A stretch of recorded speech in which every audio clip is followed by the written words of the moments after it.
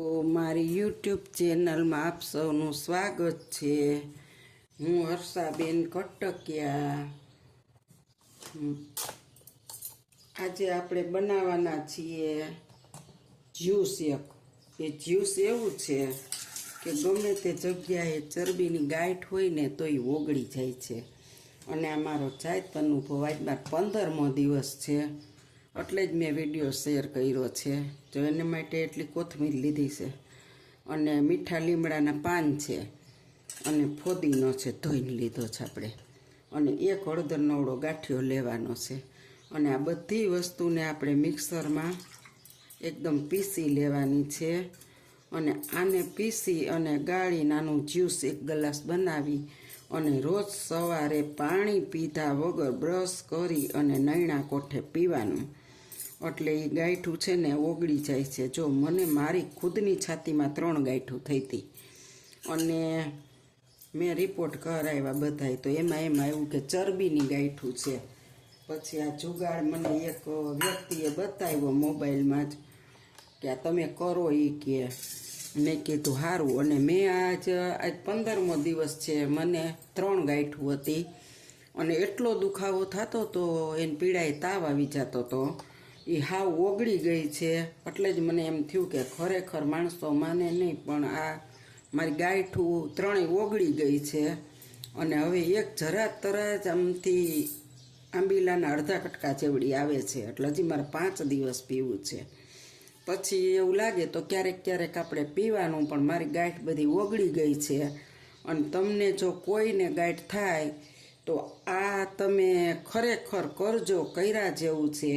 અને આ જ્યુસ પીધા પછી 1 કલાક કોઈ વસ્તુ મોઢામાં નાખવાની નહીં। તો હાલો હવે આપણે આને મિક્સરમાં પીસી લઈએ। આ રીતે છીણી નાખી દેવાની, એટલે ઝટ પીલાઈ જાય, નકર પીસાતી નથી આ, કારણ કે એના ગઠ્ઠા રહી જાય તો આપણને ઊન જેટલો જોતો એટલો ન મળે, એટલે એને આવી રીતના ઝીણીથી છીણી અને નાખી દેવાની। આપણું જ્યુસ જો પીલાઈ ગયું છે, હવે આપણે આને છે ને ગરણીથી ગાળી લેવાની છે આવી રીતે।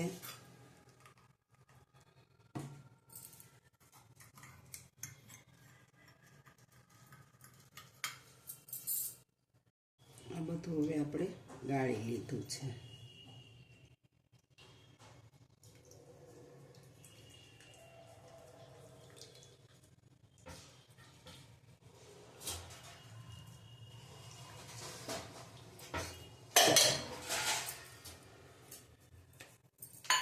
હવે આપણે આની અંદર થોડુંક પાણી નાખી અને હજી એકવાર પીસી લેશું। આપણે બીજી વખત પીસી લીધું છે અને હવે આપણે આને નીચોવીને લઈ લેવાનું બધું।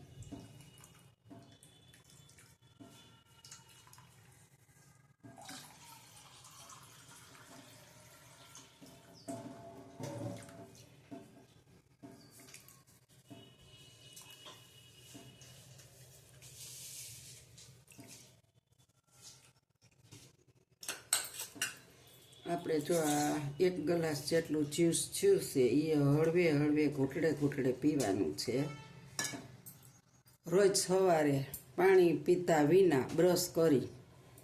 આ જો મારી રેસીપી તમને સારી લાગી હોય તો ગમે તેમ શેર કરજો। શું કામ કે કોઈ માણસને ગાંઠ થઈ છે તો મટી જશે, અને મને ખરેખર દુખાવો અને ગાંઠ બધું મટી ગયું છે।